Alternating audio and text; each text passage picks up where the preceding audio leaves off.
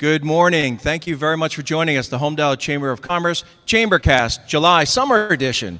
I want to thank the folks at Bellworks, Ralph Zucker's, Somerset Development, and the team that have created and reimagined the gorgeous, gorgeous facility we're here in today. Be sure to visit Barbella and all the wonderful businesses that are in Bellworks. It's open and it's fantastic. So we're going to get started. The Holmdel Chamber of Commerce is a group that meets monthly. The idea is to put together really great content from super folks that are experts in their field to provide content to you to help inform and educate the community so you can learn and grow your own businesses. And also what we're going to be talking about today, things that affect you in your own world. Particularly today, we're going to be talking about real estate. We're going to be talking about mortgages and the interaction of those two areas of our life, especially what's happening in the economy today. So we're going to get started. We're going to introduce our guests in a moment, but we're going to go around the room with a couple of folks that joined us during this summer. We're streaming live on Facebook, so be sure to like and share the content, especially if you hear something interesting today that you know that a friend or family member may find very valuable. And so, Jeannie, let's just say hello to the folks that are here. Hello there. What's up? What's up? Name's Gerhard, my business. I'm just interning at PricewaterhouseCoopers right now. So it's tax accounting. Excellent. So we're going to make sure all the numbers add up. Where do you go to school? I just graduated from Rutgers Business School, and I'm going to Villanova for my master's, for my CPA, because I need to get 150, so that's where I'm doing it. That's great. Welcome. Awesome. Congratulations. That's awesome. How's it going? Name is Tristan Cabello, local attorney out of Middletown in Belford, and I focus a lot on real estate. Very much. Great that you're here. And that's part of the team, really, the real estate professionals, the legal professionals that help put all these programs together. Yes. I'm Mark Krupnick. I'm a commercial real estate broker with KW Commercial Real Estate, and I'm located out of Keller Williams Central Monmouth in Holmdel, on Holmdel Road. Thank you very much for being here. I'm Kelly. I'm from the Chelsea Assisted Living in Tinton Falls. Miriam Baresh. I'm from Lincroft. I'm on the border of Holmdel. I'm a financial advisor, helping people with money, finances. You came to the right place. Hi, Al Aloisi, your independent insurance broker.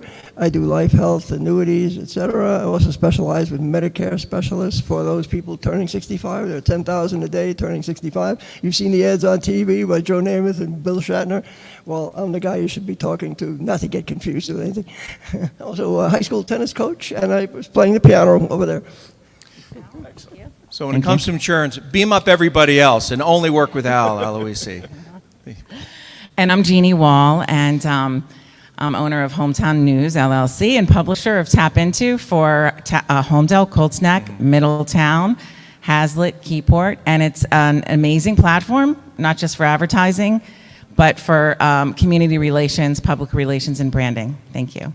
Thank you. You know, one of the most dynamic markets right now is real estate and mortgages and how that all ties together. The news is coming out fast and furious, and the folks in the public are wondering often what to do. There are life changes, real estate changes, trying to figure out how to finance these things, what to do and how to do it. In the next very short period of time, you're going to hear about how to do it, where to start, where to go with a awesome team, our special guests that are here today. We have Adrienne Marsigliano. Adrienne is an award-winning full-time realtor. She makes her clients' real estate dreams a reality. She's earned the NJAR Circle of Excellence Bronze Award in 2018, Silver Award 2021, obtained the ABR designation, Accredited Buyer's Representative, and the SRS designation, which is Seller Representative Specialist. Extensive knowledge and experience in Monmouth, Ocean, and Middlesex County. She's a long-time resident of Holmdel, and she's an expert to help you with all your buying and selling decisions in this area as far as real estate. Adrienne, thank you so much for being with us today.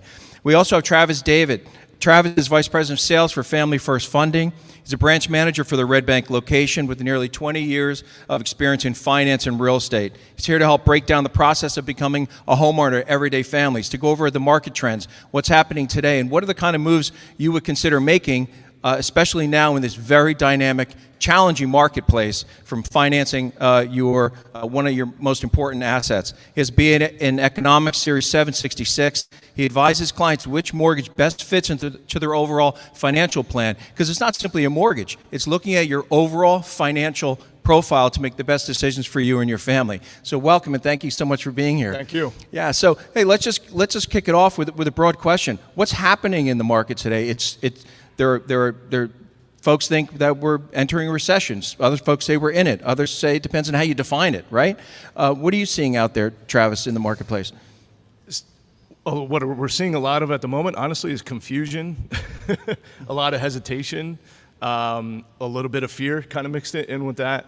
But the grand landscape, we're having a lot of conversations regarding home values, trends, and I'm sure Adriana can touch on a little bit further too. Rising mortgage rates, some of the big topics right now, affordability, just given where values are at and where interest rates are at.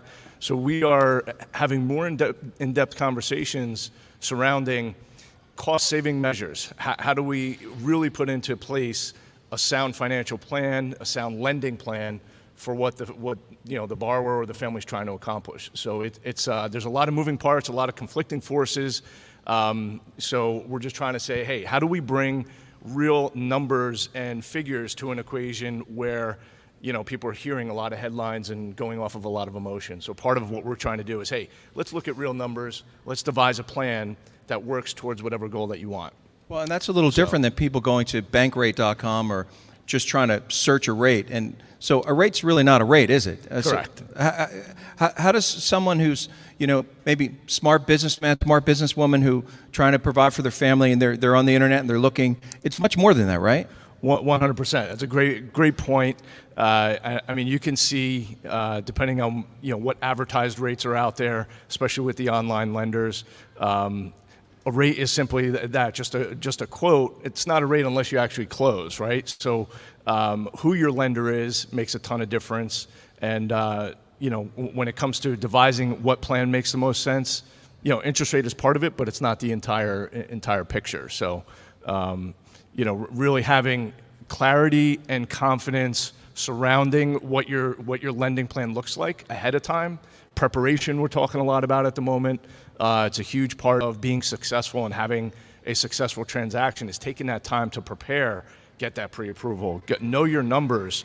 So when Adrian or your real estate professional takes you out, you know exactly what boundaries you have to stay within. You have plans set in place to make sure that, hey, I want to get the house that works for us, but that's affordable and that falls within your financial boundaries or whatever metrics you set for yourself. So, and before you get even to affordability, you bring it back before the financial side, or maybe it's parallel, right? Bring it back to the real estate piece. And if you're getting a mortgage, obviously you have to have, you now have a property, but the average value I'm reading in recent journals is that it's the highest it's ever been, right? In June. Am I reading that correctly? What's happening in the real estate market? Are we at the top of the market? Is it leveling out? What's happening there? Because that impacts the affordability, right? Yes, it certainly does. So what we're up to, how we measure the rate of properties being sold in an area, is you divide the number of homes sold by the number of available homes in an area, and that parameter is called absorption rate. And when you look at the absorption rate right now, we are still in a very strong seller's market. Meaning that if you're going to go out and buy a home and you're going to search for one, you need a very savvy real estate agent who is in tune with the market and understands what you need for a full offer packet to give to a seller. So when you work with Family First Funding, Travis, for instance, I know that buyer is going to be completely ready to put the offer in. And because we have many strategies that my company at Exit Realty East Coast implements and teaches us, is that our offers are getting accepted. So there's a whole packet that we put together, and we're very creative in getting the seller to recognize our buyers and to say, hey, this is going to get to the closing table. Let's face it, if you're putting your house on the market, what's the goal? You want to close the deal, you want to get to the closing table. So you want to choose a buyer and evaluate all the buyers that you have in front of you, because of the absorption rate being such a seller's market, there are multiple offers on every property. So you just don't want to pick anybody just because it's the highest number. It's not always the best offer. So you need to hire an agent who is savvy and who can guide you and teach you how to evaluate that. And you know, it's interesting to drill into that just a little bit. I've seen a number of different properties for sale with professional real estate agents, and they sell really quickly. But I'll see a FSBO, or for sale by owner, and it still sits. What is it? What are they not quite grasping? Because you could see somebody saying, you know what, I don't want to pay a commission, or I'll do it myself. The market's red hot. It's going to sell itself. What is the FSBO seller, the for sale by owner seller, perhaps not tuning into that may result in their property sitting there while all the other houses are selling? What are the kind of things that they should be thinking about when choosing a professional realtor as opposed to going on their own? Well, the first thing is price. You need a professional to help guide you through the comps, the comparable properties that have sold in the area, and you need somebody to represent you. And it is a known fact that buyers seeking for sale by owner properties are looking for a discount. So you're not saving money if you think you're going to list your house on your own without hiring a real estate agent. The National Association of Realtors statistics say that homes sold by for sale by owner are sold for 13% less than homes sold with a real estate agent, and that is including the commission. So it's very important to understand that you need a professional person to help you with this huge project that you're investing in. And the properties can also sit longer, or perhaps you're under contract for 3 months and the deal falls through because you didn't have that diligence from a professional realtor to understand who that buyer is and perhaps the financial profile, and that ultimately it fails, right? Right. That happens a lot. So it's very important, to work with a team. Team being real estate agent, mortgage lender, attorney. Now, when you hire an agent, they recommend an inspector for you that's going to be on your side. So it's very, very dangerous for a buyer to think that they're going to go straight to a listing agent, or a seller to think that they're going to sell their house on their own. You need to have a professional to guide you. You have something on that, Travis? Yeah, I just wanted to piggyback because you brought up a few good points there, Adrian, too. As far as more of our conversations with our buyers really is surrounding team, what Adrian mentioned there, and also it's never been more important to have a skilled real estate professional. The fight that we fight every day as lenders, as agents, is a realtor's a realtor, a lender's a lender, kind of lumping everything all into one, where it couldn't be further from the truth. So I know when my buyers who have those skilled agents, they have the creativity, they have the experience, and more importantly, what's not being talked about a lot either is reputation. If you have, and you probably see it too, if you're getting an offer from another realtor and it's a reputable agent, or I like to think if somebody sees my pre-approval, they know it carries some weight behind it, that is very, very commonly the difference of getting a deal or not. So choose your realtor wisely, choose your lender wisely, choose your team wisely, to really know, hey, do they have these things? Are they reputable? Do they have that reputation? Are they skilled? Do they have the creativity to bring to the table to how to win a deal, right? So it's, if you're not really doing everything you can to help your buyer seller in this market, then you got to question your worth. But those highly skilled agents, the good lenders, are going to do everything they can to help that buyer or help that seller win the deal, whichever way it's going. So that's a great point there. And do the realtors, do you communicate regularly? Like, what's the typical sales process? We have a guest who's an attorney who does land use law. Are you communicating regularly with the mortgage lenders and vice versa to navigate it through? The only person in a real estate transaction, and there are many people involved. There's the realtor, the lender, the title company, the inspector, the attorney. The only person who can talk to everyone is the real estate agent. So they quote us as being the director of the play. So it's very important to have open communication on every deal I have everybody lined up who's in the play.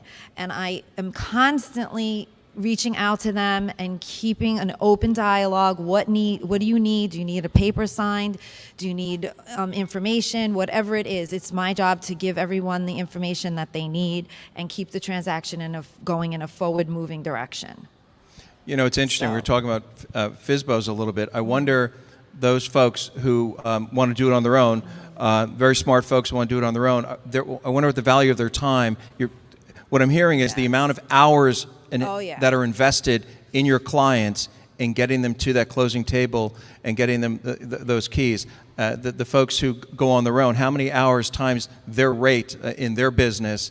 I wonder if that quickly goes into those savings and the time invested with that. Exactly. You know, what's on everyone's mind these days, that will take out the Holmdel Chamber of Commerce crystal ball, is interest rate and real estate markets. Maybe we'll start with the real estate side of the house and then the interest rate marketplace. And again, this is a little bit of forward thinking. A little bit, yeah. But can you speak to folks that are some folks have to sell. They're moving, they're relocating, there are different reasons. But for the folks that are should I sell and what should I be thinking about? Can you speak to where you believe the market is going, or the kinds of things that the decision-making process that's on the minds of people on whether or not they should sell now? Some of the different things that they would be thinking about if they're considering listing and selling their home now. And then I'd like to hear about the interest rate environment, where you think that's going, and what people are doing to ameliorate that higher interest rate. Okay, so the first thing you need to do when you're thinking about selling your home is obviously contact a real estate agent. So that realtor will everything from staging to negotiating terms of the contract to negotiating inspection items. If you're going to put your house on the market right now, you need to price it correctly if you want it to move quickly. So you need to look at all the comparable properties around your community and see where your house fits in condition, location, style, etc. So that's something that you need to think about. We are still in a very strong seller's market, being that the absorption rate is about 30 days. It turns into a buyer's market when there's at least 6 months of inventory. And right now we're only seeing about 30 to 35 days of inventory. So we're still in a very strong seller's market. If you wanted to put your house on the market, that's something that you need to think about, but you need to price it correctly.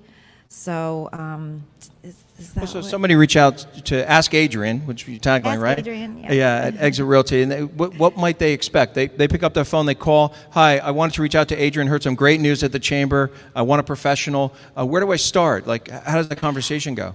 Right, I'll come in and I'll look at your house. We need to declutter, depersonalize, and balance each room just to get it very, skewed to the buyer to come in and picture themselves in your house.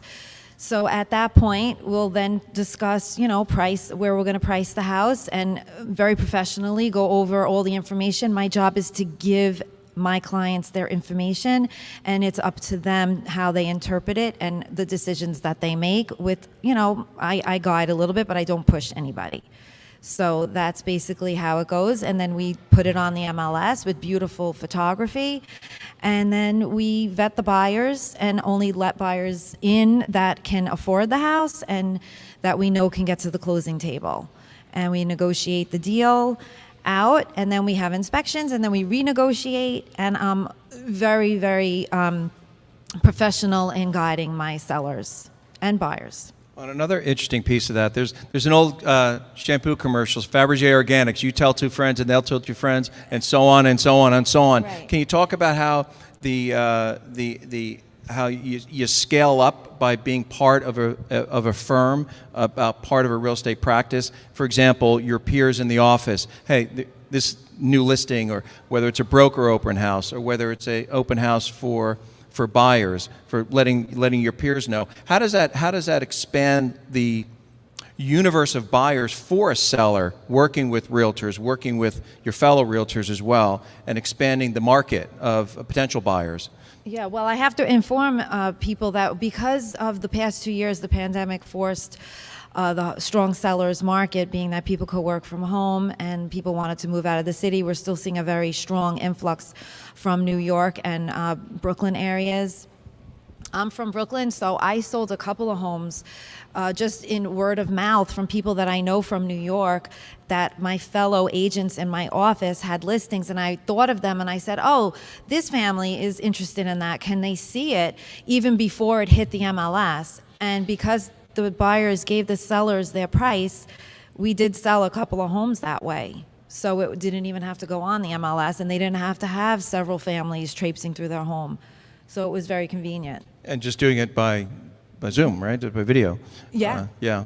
And also you incorporated the use of drone photos and things like that. Oh, absolutely. Absolutely. Especially estate homes with pools and patios and pretty landscaping. You know, it's very easy to get those shots with the drone. And 360 video. The So 360 if we can get 360 of the Matterport. interest rates, then we'd be all set. You know, some folks will say to you, it's a common question, is it still a seller's market? Is that the wrong question for somebody considering selling? And because, what's the right time to buy or what's the right time to sell? I mean... Well, if you're going to be reaping benefits from the sale of your home, you have to understand that you're going to also be paying on the back end when you purchase. But if you're scaling down, which a lot of families are that I know, sometimes it makes sense to retrieve the financial benefits from selling the house, and then, okay, so you pay a little bit more when you purchase, but it's still important to bank on that seller's market. And how does that impact the affordability side? Like, let's speak to a moment for the couple who's been renting, they're trying to buy, and they feel that pulling away. Yeah. From the average prices continuing to stay real high. The inventory, we had a prior chamber meeting where there were only 15 homes on the market in Holmdel. Now maybe that's changed a little bit, but the inventory being so low, let's talk to the young couple or single person who's trying to get their first home and they feel it's slipping away. Is it slipping away? And what tools and techniques can they use or think about to realize that American dream? Great question too. It's really one of the biggest factors here in those conversations as far as giving the advice and say, let's survey the landscape of how we're going to make this decision. And the biggest thing, the first question a lot of times we're asking is why? Why are we choosing to potentially buy or sell at the moment? What's the ultimate goal here? But for younger families who are feeling that affordability kind of stretch, that's where we talk about time, and we do a lot of projections. We talk about the benefits of real estate as being one of the best wealth building vehicles out there, and we actually have great software that does rent versus own analyses, and we can actually look at the cost of renting over time compared to a potential, what the potential purchase of a home would look like. And we can even be very conservative, say even if home values stay flat for a certain period of time, or even if there's a slight reduction. So we're bringing actual numbers to that equation to say, does this make sense? A big question behind that is, how long do you plan on living in the home? If this is going to be your first home, are you going to be there, say, 4 or 5 years and use that as a stepping stone to something else, and then sell to buy up, or potentially rent that house out and buy up? So the context of time within that question, presents a lot behind it. But the two main things, talking to affordability, that we're looking at, number one is monthly payment. We definitely, in an ideal scenario, want clients to be cash flow positive. So we always coach our clients, treat your home like a business. Are you bringing in more money than is going out? And when you do purchase, said property at whatever it may be, are you still able to save money? And then the second piece of that is basically capital preservation. How much are we investing into the home? Do you still have 3 to 6 months of reserves after that? Do you have money for furnishings, repairs, moving costs? Because our whole goal and mission as a lender, and we tell clients this, is we want you to be in a better financial position after you purchase with us. We stay in contact with our clients once a year. We do annual reviews. we feel, and it's our value proposition that, again, I let them know, it's when you work with us, your net worth over time is going to be greater than if you work with anybody else. That's what we focus on, net worth, total cost over time. So using cool software that we have and bringing actual numbers and creativity to those situations to say, what does this really look like? Instead of, again, going back to a lot of people are feeling that they can't afford things, but not actually looking at the numbers. If we're short, how short are we? And what do we need to do to bridge the gap?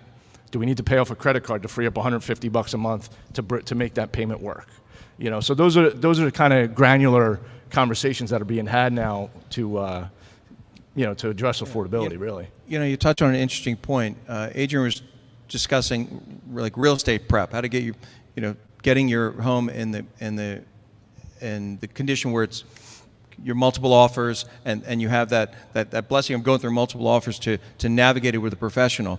How would you define mortgage prep, right? So if somebody's thinking about it, they know in advance that they're thinking about doing something, they're starting to look around, they're starting to partner with professional realtors.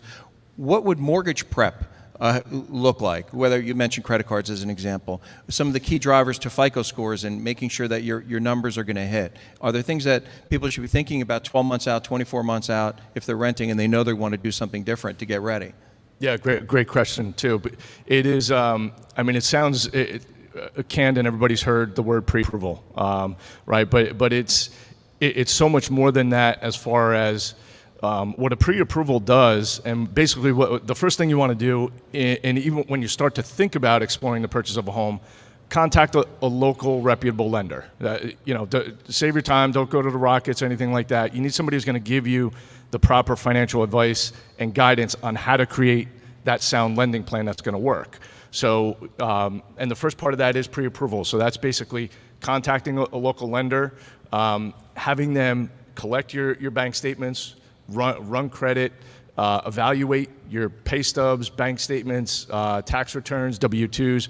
What you want is a full evaluation of the important things that are going to matter when the loan gets submitted to underwriting. And the reason for that, it kind of goes back to you're going to be able to get clarity on what your buying power is, what those monthly payment estimates are, how much you have to plan for depending on how far out you are buying to invest into the transaction. Can you get away with 3.5% on an FHA deal, or do you need 20, 25% to make the deal work at the price point that you want?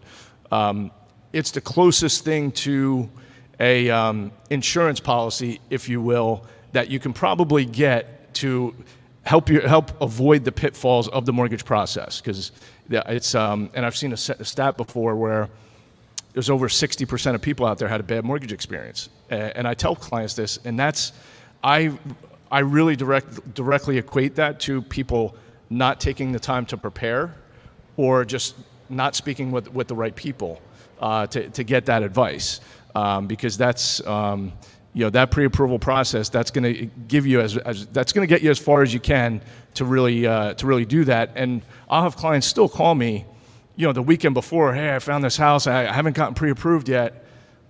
It's like, people who like to shortcut the process only shortchange themselves. And you're only asking for trouble in those situations. I see it time and time again. So take the time, contact a local lender, and get that good advice, secure that pre-approval, know your numbers. That's preparation kind of in as far as the financing piece goes, because that'll drive.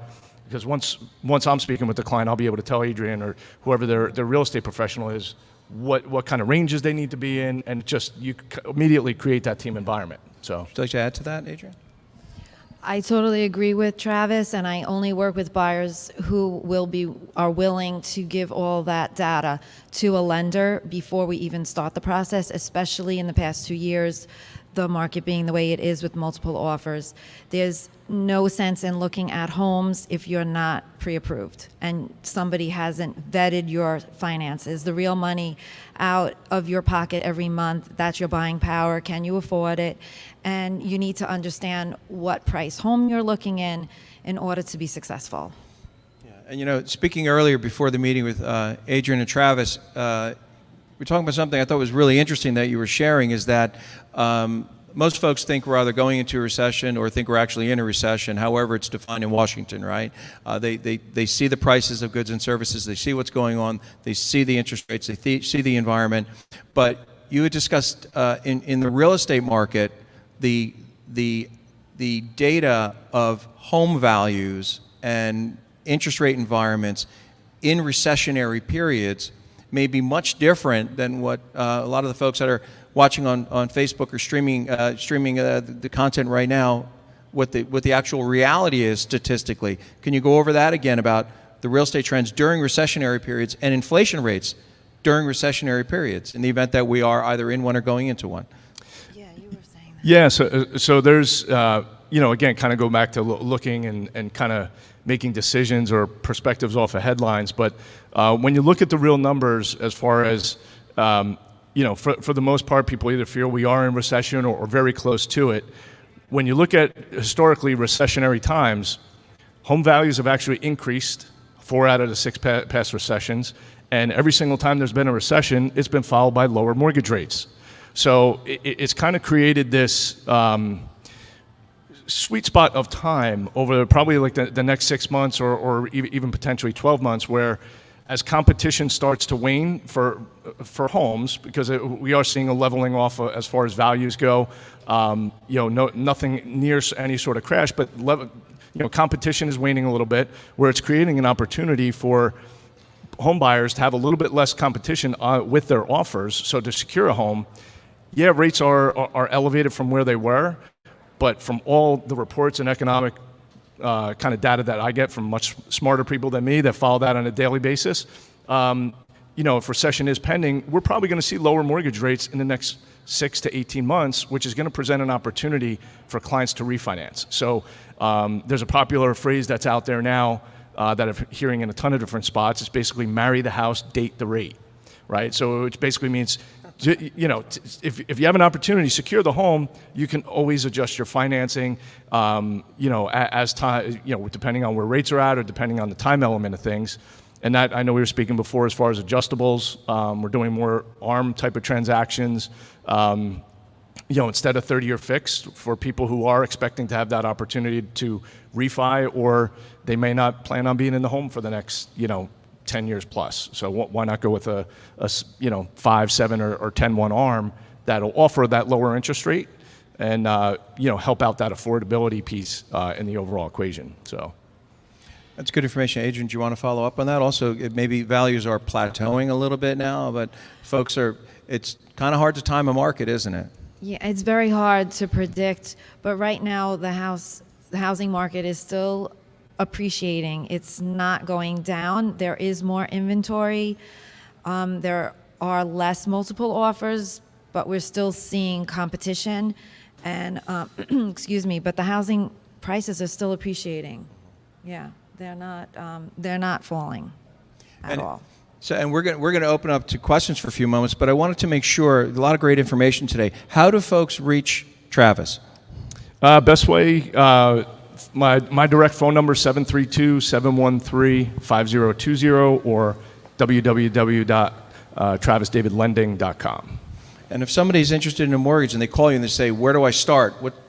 What's the answer to that? Where do I saw the information, it's really great. I'm trying to figure out where to start. What do I do?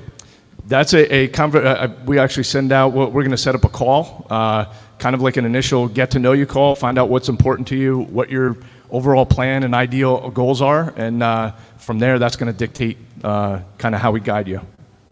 And for the person that goes, I got a mortgage, I just don't know where to put it. They go to Ask Adrian. How do they reach out to you so they're connecting with all the information that they heard today and Yes. taking advantage of your expertise? Yes, please call me, Adrian Marsigliano, 908-601-3766, and ask Adrian. So what you're hearing too is jump in. You're thinking about buying real estate, jump in. Mortgage rates, recession, non-recession, get a good attorney too, right?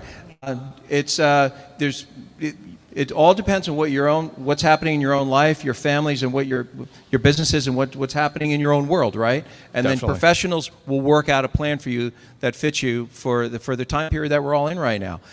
So, Jeannie, why don't we, if we have some one questions of our for folks, newer or- members, Ray, Hey. who I skipped over accidentally earlier. So he's going to give a little intro about what he does, and then you have a question, right? Awesome. Thanks, Ray. Hi. So my name is Ray Taha, and we do have an agency, a home care agency, and we deal with geriatric patients. Most of our patients, or a lot of them, they want to sell their homes and move on. But they don't know how and where and what to do, what's the best way, and easy transitions to move, to scale down so they could sell the big homes that they do have and they don't use and go either to an assisted living or to a senior building or to, so what's the best way to do that easy transitions? Well, they would have to give a real estate agent a call. Obviously, I'll give you my card. And I would just come in and speak to the children if the children are responsible, or the actual person, if they can make their own decisions, that's fine too. And I would just go over the process with them just like I would any other seller. Even if they were buying another house, because they're going into assisted living, the process is still the same.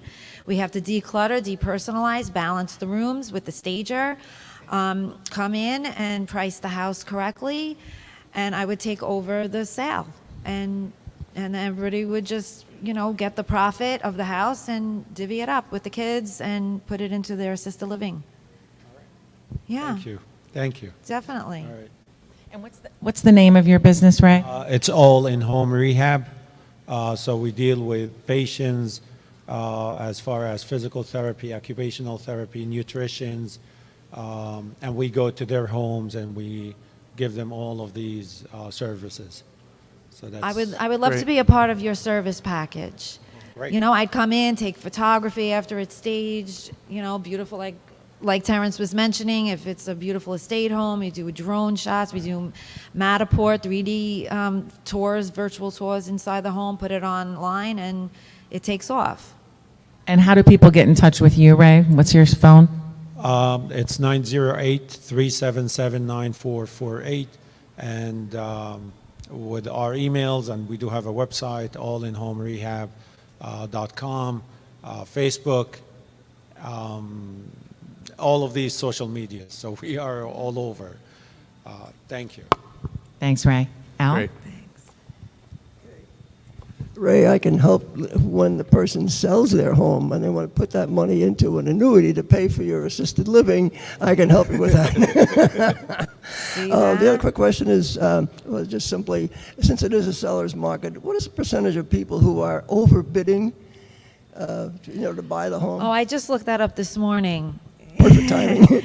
69% of the listings are going still over ask. And most of the others are at ask. Very few are below ask price. When you have to price it correctly, And when a seller has multiple offers, what are the key drivers? It's really not just price, is it? No. It's the ability to close, the financing, that it's all buttoned up, right? All the terms have to be in a row. I mean, just because it's a higher amount of money doesn't mean that it's the better offer. Sometimes cash is really very attractive, but sometimes you have to, look at the terms, look at the closing date.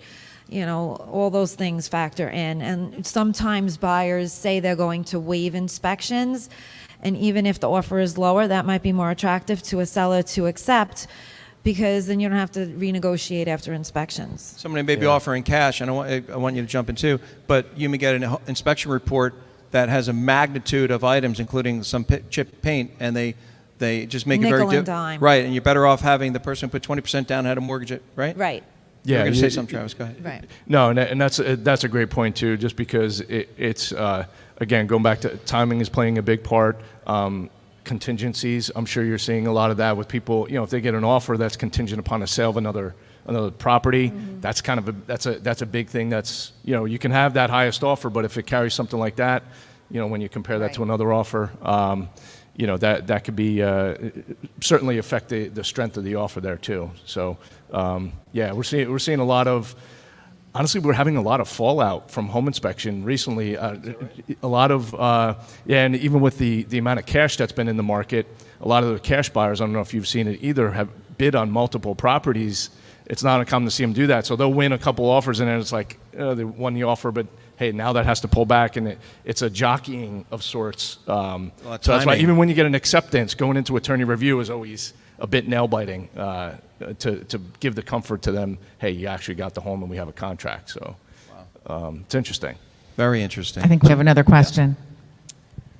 So I'm actually not looking to buy a home like anytime soon because I'm still young, but I'm definitely like interested in investing in real estate for like a salary diversification purpose. So being like a young age, like what do you recommend like in regards like saving up for your first property or like and how to find where to like buy your first property to rent out? Like what's some advice about that?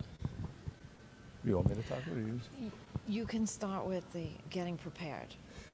Yeah, I am, and I appreciate your just the goal at the young age. I actually bought my first house when I was 21, and I have to credit a lot of that to my parents for guiding me that way. And it was a small condo, and then I sold that a year later and parlayed that into a 2-family. And I actually coach a lot of my younger clients on just a great strategy of using, because you can use an FHA loan with 3.5% down and buy a multifamily home.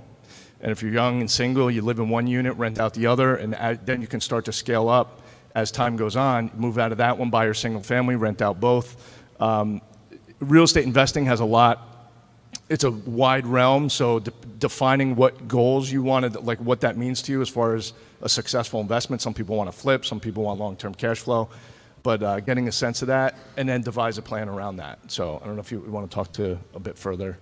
Yeah, I would suggest maybe a smaller piece of property like a condo, and then you can purchase it, rent it out, and then that would support the mortgage that you have on it, and maybe be in the black a little bit on that. I help a lot of people with real estate investment properties. Like you have to decide if you're going to flip it, purchase it, fix it up, flip it, or have, like you said, long-term income. So like, how do you go about like figuring out where you want to invest in, like area-wise? Like, how do you know, like, oh, like this, if I buy this property, I'll be able to rent it out? Like, You have to just do the research and look at communities and see what the values are, what you can afford, and what year the community was built. Like, because as property ages, it needs more attention. So you'd want to figure that out and just see if you're going to be able to commute there to take care of it if something goes wrong with the heat. So probably close to where you live would be a good suggestion to me, from me. I think. Another might be, is it near a college, university? Is it near a train? Is it near a hospital? right, Would it be a typical feeder into an organization? For example, near commercial real estate, places where folks are living, they want to live near. So that might be, more rentable True. property, yeah. And what are like things to like watch out for, like red flags, I guess, that it would just be like, it could be perfect, but then there's that one thing where you're like, I'm not going to invest in this anymore. Well, structure, you have to have an inspection. And if the seller isn't going to remediate whatever problem is there, you're going to want to stay away from something that's going to suck money from you in order to sustain the property. So it's just really, I think, a lot of condition, but as Terrence said, location is very important as well. And also, not to get too in the weeds on it, but also to the extent that you can understand what's going on in the local zoning around the property, if there's any other development going on around the property, that may be a reason why it's priced high, or maybe a reason it's too good to be true. So it's understanding the surrounding land uses, surrounding properties, because sometimes that'll certainly drive the direction of the individual or company selling that property. Great questions. Yeah, good question. Thank you for that. Yeah. Anybody else? Smart boy. Well, thank you. That's really great. Hey, so we like to often, Lee, as you would know, because you've been with the Chamber since the beginning, which we really appreciate. So I'm going to fascinate Adrian with getting, wrapping our meeting up on time, because I think she maybe brought the clock. But sometimes I ask, like, what's the next big thing? Like, what's the next big thing for Adrian Masigliano, Exit Realty, in your world, business-wise? What do you see? What's happening? Oh, I just want to keep continuing to help my clients get referral business. I want my clients to be 100% satisfied with my services and the outcome of their real estate transaction, and just keep helping the community. That's awesome. Thank you. And tell folks again how to reach you. It's call Adrian, right? Ask Adrian, Ask Adrian. 908-601-3766. And you can't ask her unless you call her. How about Facebook or Instagram or your website? Instagram is Ask Adrian M. I don't even know how to ask. Search her up. Search, yeah. Thanks for yeah, ask Adrian. The better way is just call me, 908-601-3766. Come down to Bellworks and meet her in person. Yes. Yeah. And how about you, Travis? Honestly, we're just we're looking forward to. We're always looking to expand our business partners. So our realtors and good real estate professionals are great sources for us to kind of serve more families going forward. Financial planners as well, and just good business people who are looking for a good financial resource on the lending side. So, well, and Family First funding is booming, right? Talk about the states that you're in, because one of our charter members is Tom Sirico, Tom and Linda Sirico, and it's just booming, right? It is. I'm super grateful to be with a company that really puts, and thus our name, Family First. All the employees, everybody has a shared mission, and we're in 37 states right now.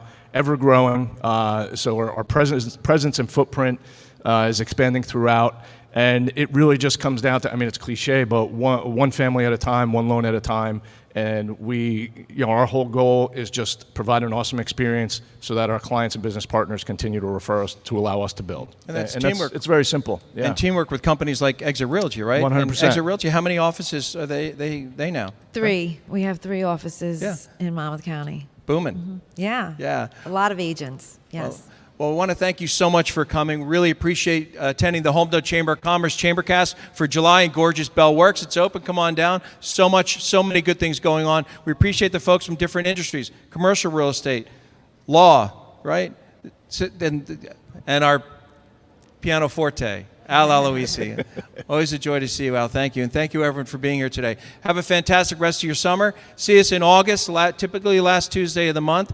We're going to be we're sending out content on what the meeting will be all about once a month. We hope it brings value to you. Go to facebook.com/Holmdel Chamber. Follow us, and please share the content on the fantastic information you got today from our guests. Thank you. Adrian and Travis. Thank you very much for being here. Thank you, Terrence. Appreciate it. All right. Thank you.